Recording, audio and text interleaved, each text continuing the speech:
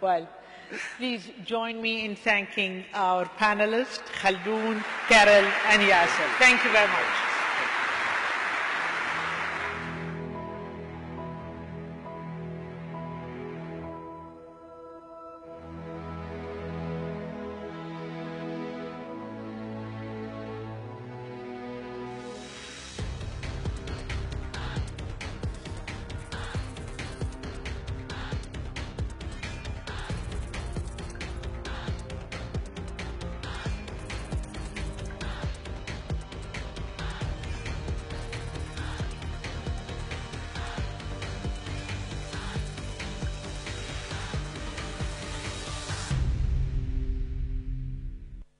Ladies and gentlemen, please welcome to the stage Prime Minister of the Islamic Republic of Pakistan, His Excellency Imran Khan. And from Sky News Arabia, our moderator, Ms. Lubna Boza.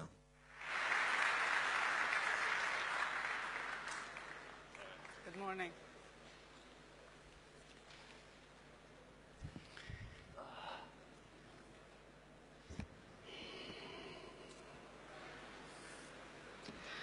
Good morning.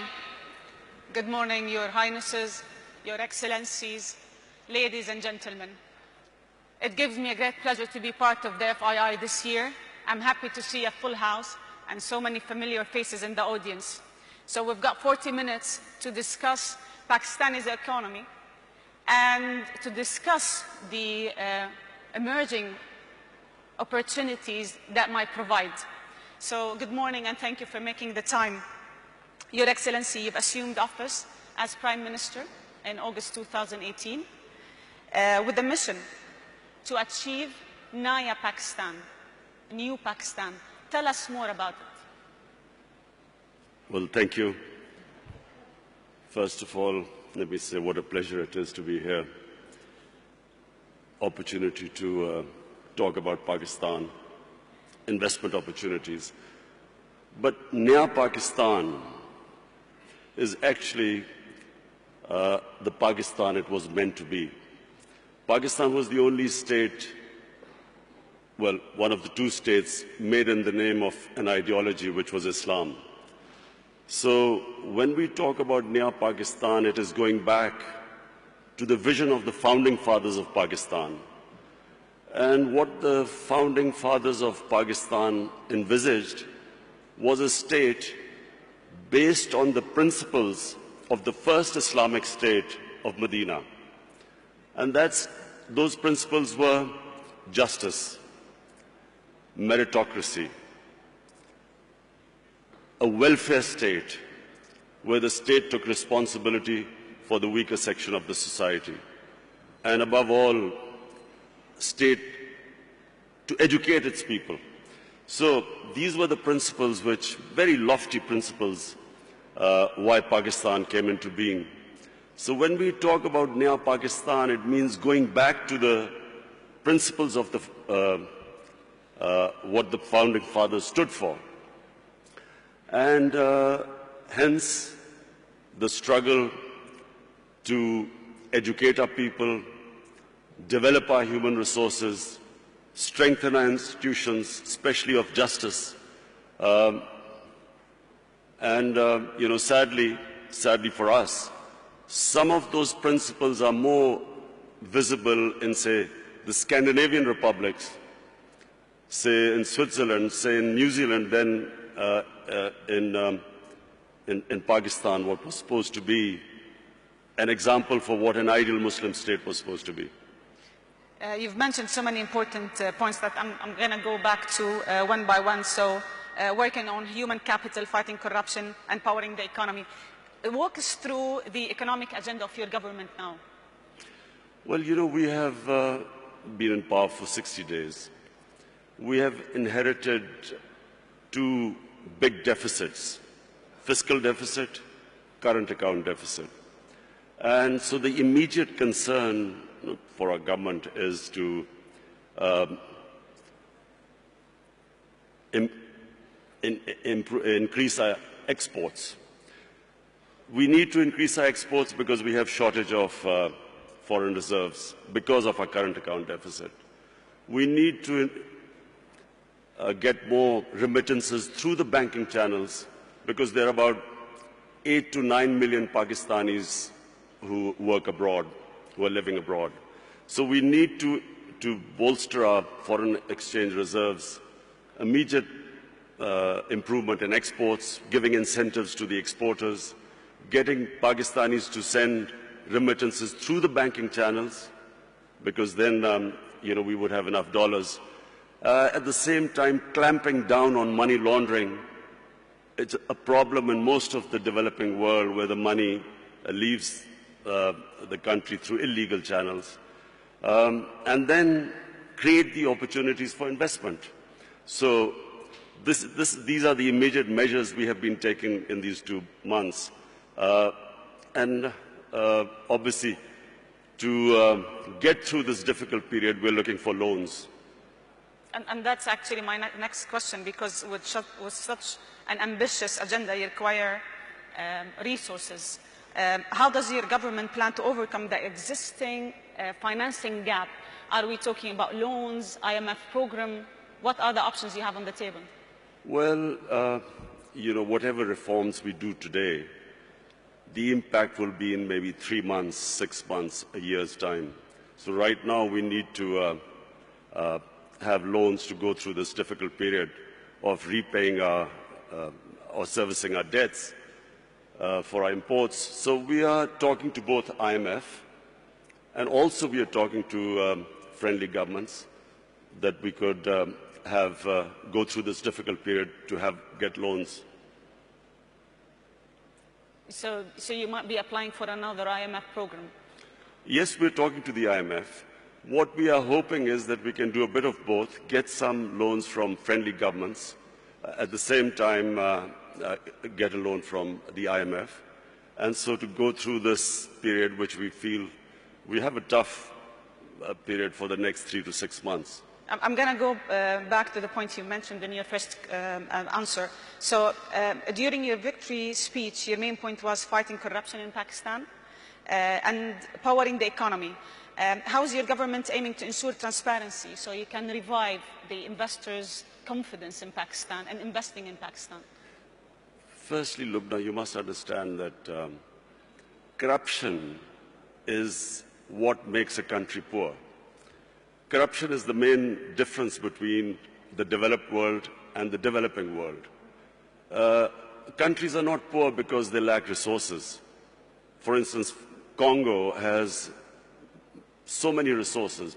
It's one of the most resource-rich area in the world, as opposed to Switzerland, which comparatively hardly has any resources. The difference is that what corruption does is, it does two things. One, it destroys state institutions. When the ruling elite is corrupt, it can only make money by destroying all those institutions that are check and balance in the way of corruption. And secondly, corruption diverts money from human development to mega projects which give mega kickbacks, which leave a country indebted. So Switzerland is one of the most prosperous countries in the world because it has very good governance. It has strong state institutions, and it uses the money to develop its human resources. So in Pakistan, the challenge is, how do we strengthen our institutions enough to make it impossible for people to be corrupt, or corruption at a level which is manageable? And secondly, divert the resources to develop our human resources. This is the challenge of Pakistan. So what we've been trying to do since we've been 60 days in power is to strengthen the state institutions, develop meritocracy. The reasons why state institutions get destroyed is because cronies have been put in key positions who then, once there is no meritocracy in a state institution and there's no rule of law, the state institutions do not prevent anyone from stealing money from the country. So this has been the main agenda of our party. And then secondly, to prioritize institutions that will help the exporters. So hence, we have made all the laws at the moment to help our exporters. Unemployment also is a main concern for you. You've been very concerned about youth unemployment, training youth to be able to find jobs and creating jobs. Tell us more about the agenda in that particular field.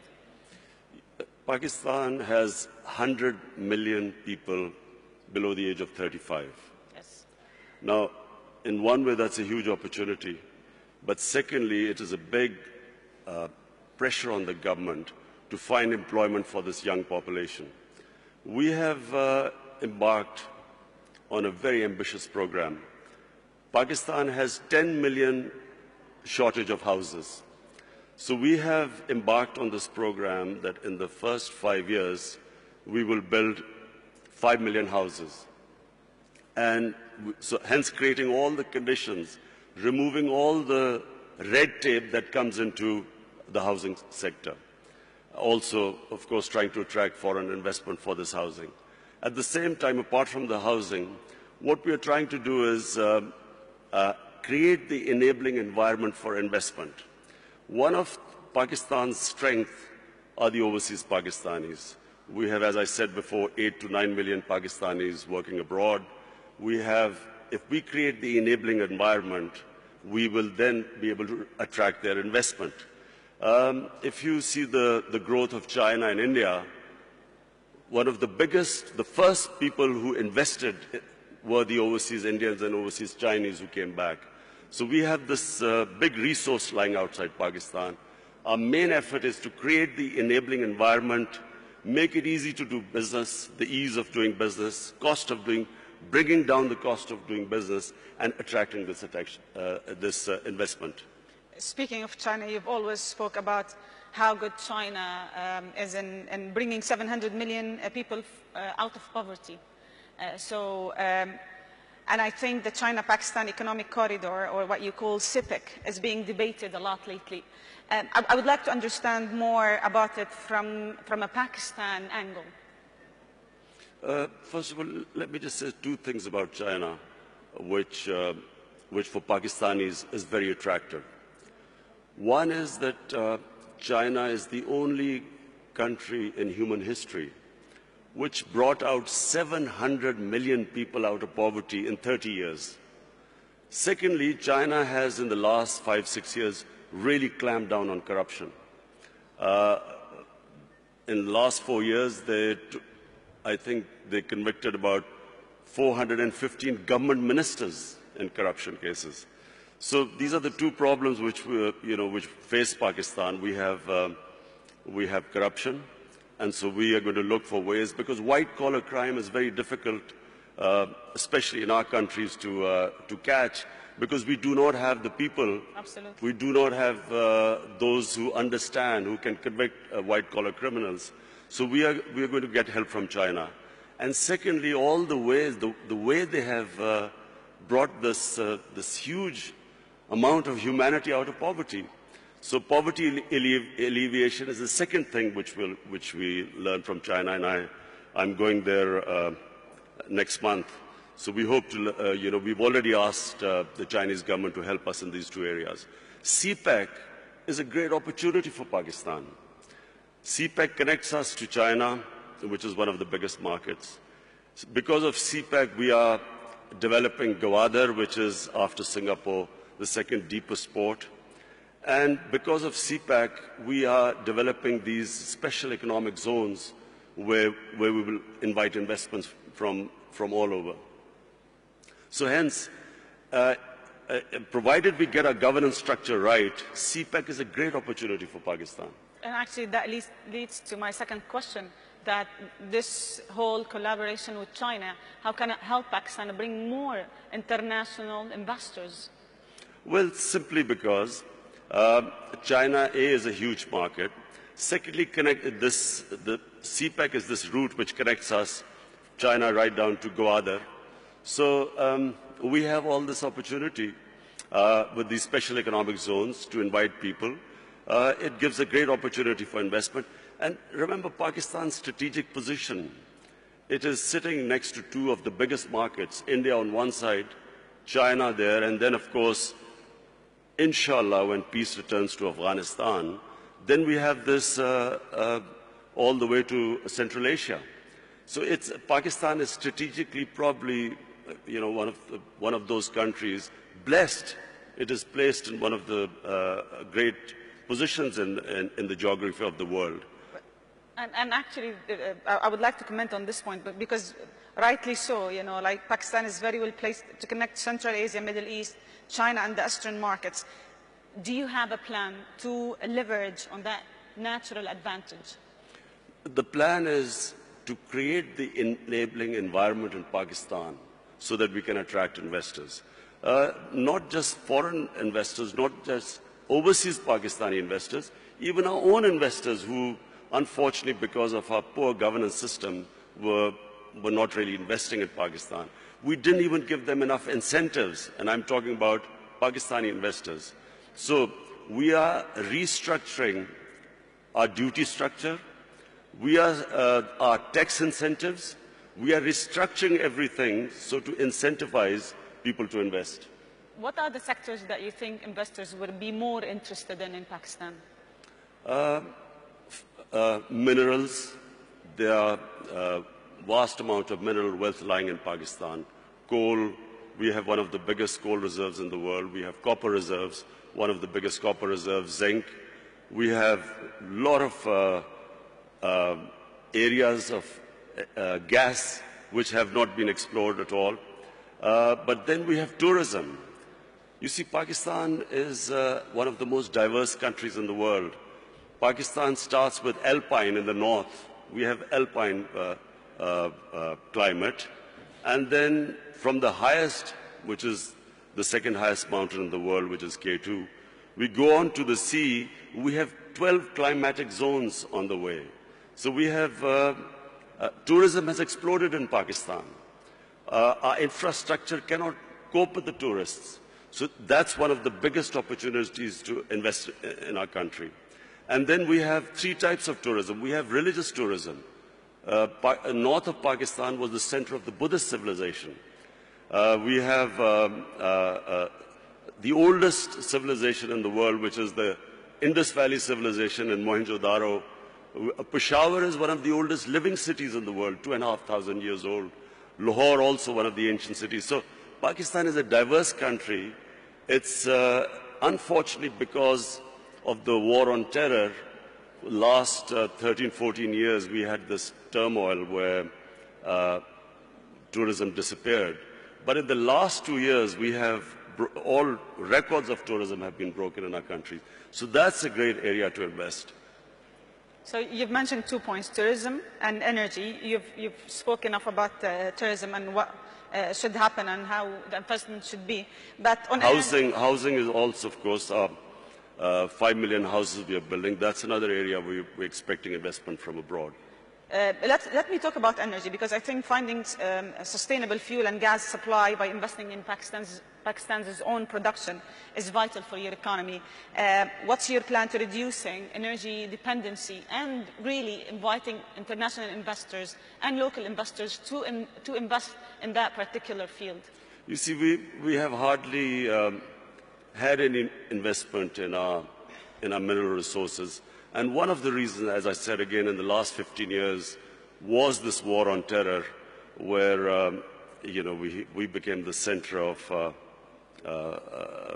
terrorism, suicide attacks, and so investors would not come to Pakistan. Then we had last 10 years very poor governance, corruption. We did not give enough incentives for investors to come to our country. Now, thanks to our security forces, our intelligence agencies, Pakistan has controlled terrorism. It's within Pakistan now, we have really clamped down on terrorism. It's very secure. We still have problems, terrorism coming from Afghanistan. But that's why we are hoping that these peace talks, hopefully peace talks between Taliban and the Americans, we hope that once Afghanistan settles, then not only will there be no terrorism within Pakistan, but then we have this access all the way to Central Asia. So we did not have investment coming into our gas, into our other minerals, because we had turmoil in our country. Now with peace and stability, we have people coming in. We have some of the big giants in the energy sector now showing interest. In fact, in December, I think Exxon is coming in Pakistan. They're coming back to Pakistan. And also we want to give incentives for the people in the investors in the energy sector to come and invest in our country. Your Excellency, from here, from the FII, what message do you want to give the world about Pakistan? The message is that Pakistan is a country with great potential. In the 60s, Pakistan was growing faster than almost any country in Asia, and that's because we had the best governance system. We unfortunately lost our way. In the 80s, we ended up in what was the Afghan Jihad. We then had remnants of the Afghan Jihad throughout the 90s. 9/11, post 9/11, we suffered from terrorism. And then our governance system also, unfortunately, did not enable us to attract investment. Now, Pakistan, in my opinion, is ready.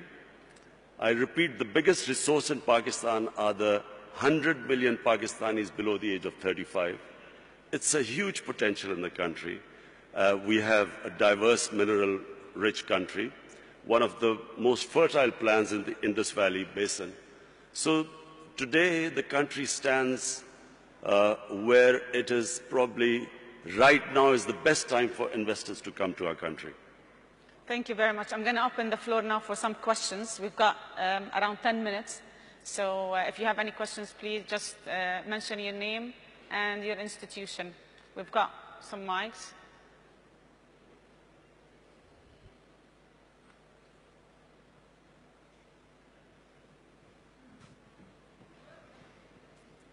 I think I was very comprehensive. We've got so many questions. Can we just pass the mics, please?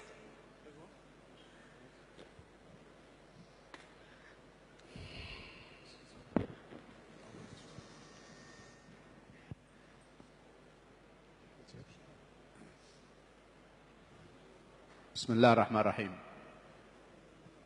Your Excellency, welcome to Saudi Arabia. Okay, welcome. Saudi Arabia businessmen are really very much looking at investment opportunities in Pakistan. We have a lack of information. I think we need to strengthen the economic section of the Pakistani embassy in Saudi Arabia so that the Saudi businessmen have full information. We believe, from our experience, with the expertise of Pakistanis working in Saudi Arabia, who really shared with us our experience of development, they really show a potential to build a great country in Pakistan, like helping us to build a great country in Saudi Arabia. So we are looking forward to get more information about Pakistan, because many Saudi businessmen are interested for investment in Pakistan. Thank you. Thank you. I have spoken to His Highness Prince Salman, and he is already organizing businessmen from Saudi Arabia to come to Pakistan to invest. So we look forward.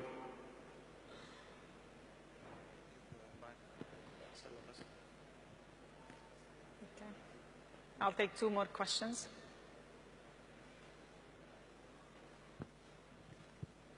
Okay. Hi, Imran. I'm Vikram from Tech Mahindra. Very inspirational talk. You did mention about 100 million people below the age of 30. And you mentioned about minerals and oil and gas. Don't you think information technology also could be an avenue for Pakistan? Yes, Vikram.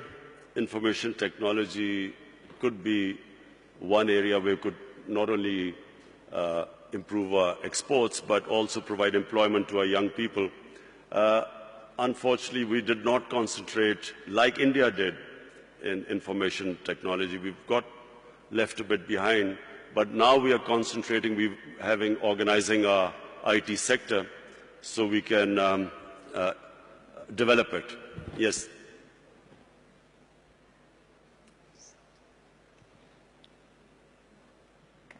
Assalamu alaikum, Khan Saab. My name is Kashif Khan. I'm a private equity and investor from the Middle East. My question to you is, a lot of investors have invested previously in the past into Pakistan economy. The biggest challenge they have is exiting out of those investments.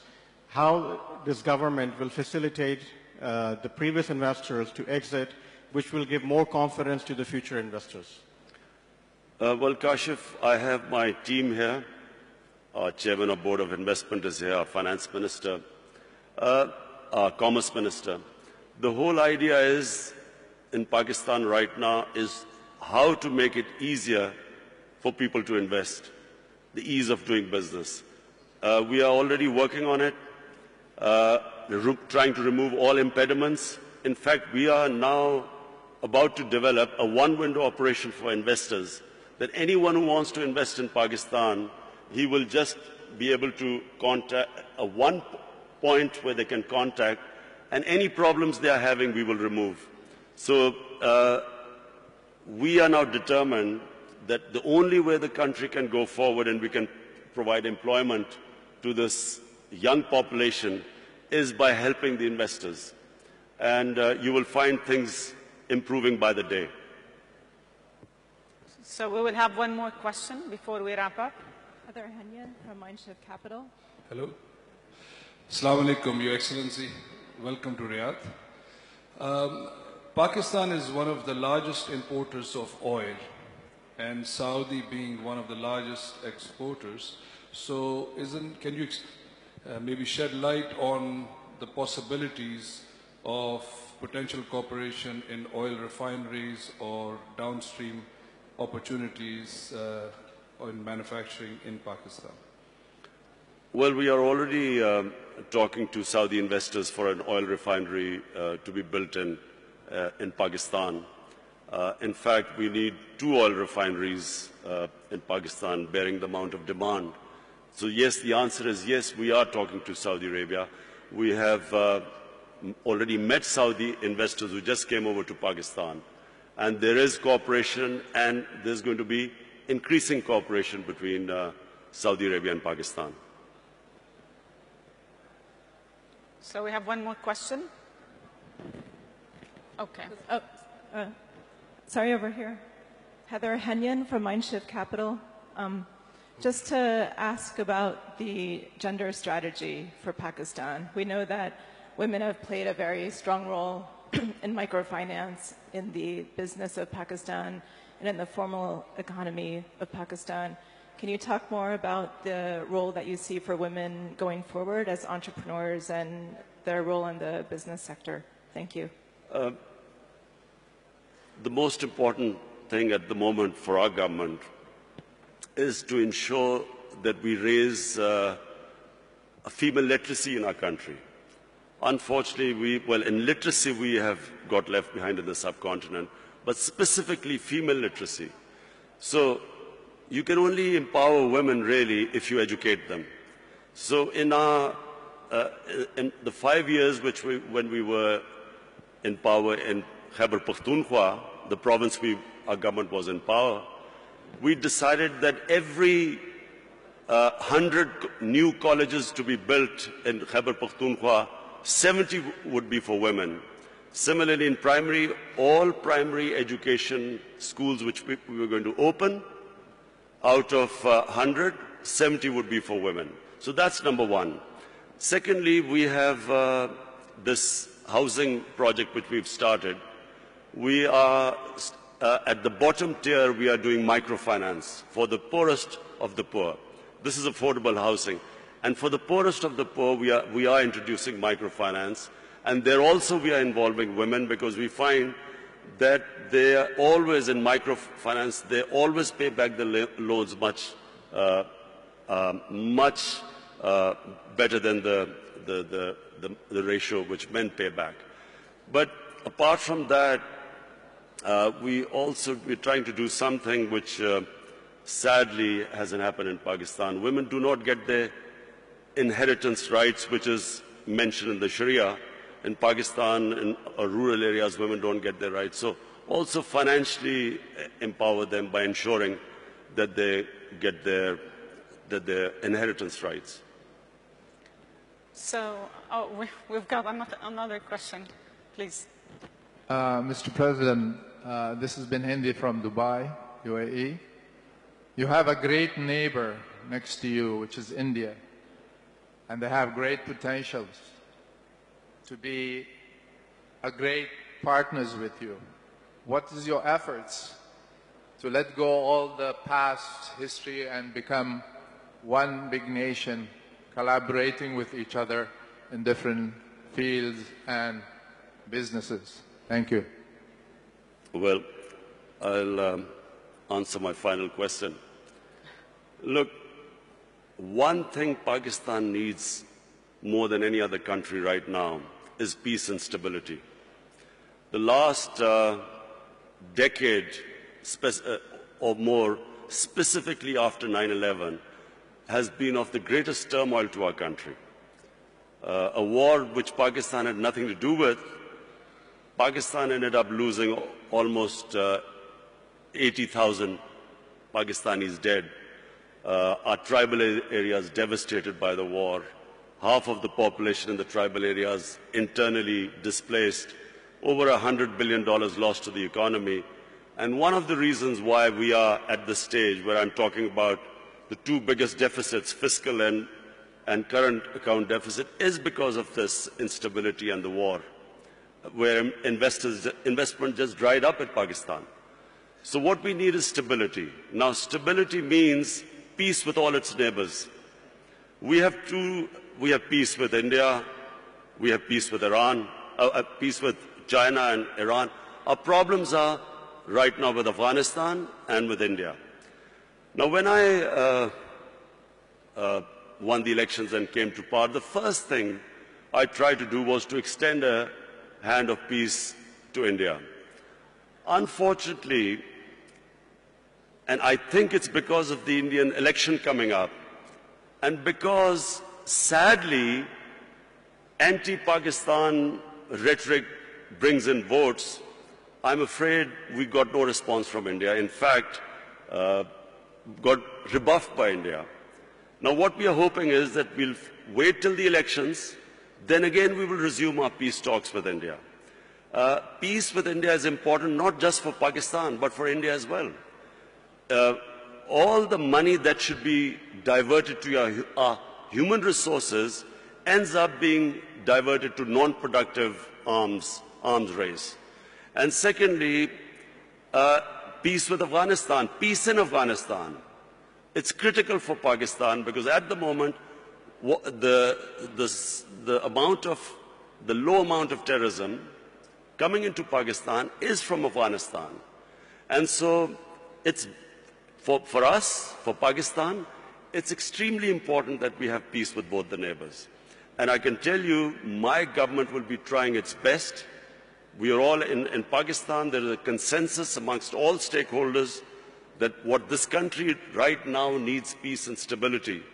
And only peace and stability will allow us to bring in investment to most of all, to alleviate poverty, give employment to our young population. So we will wrap it here. Thank you very much for joining us, and thank you for sharing with us all this. The Prime Minister of Pakistan, thank you.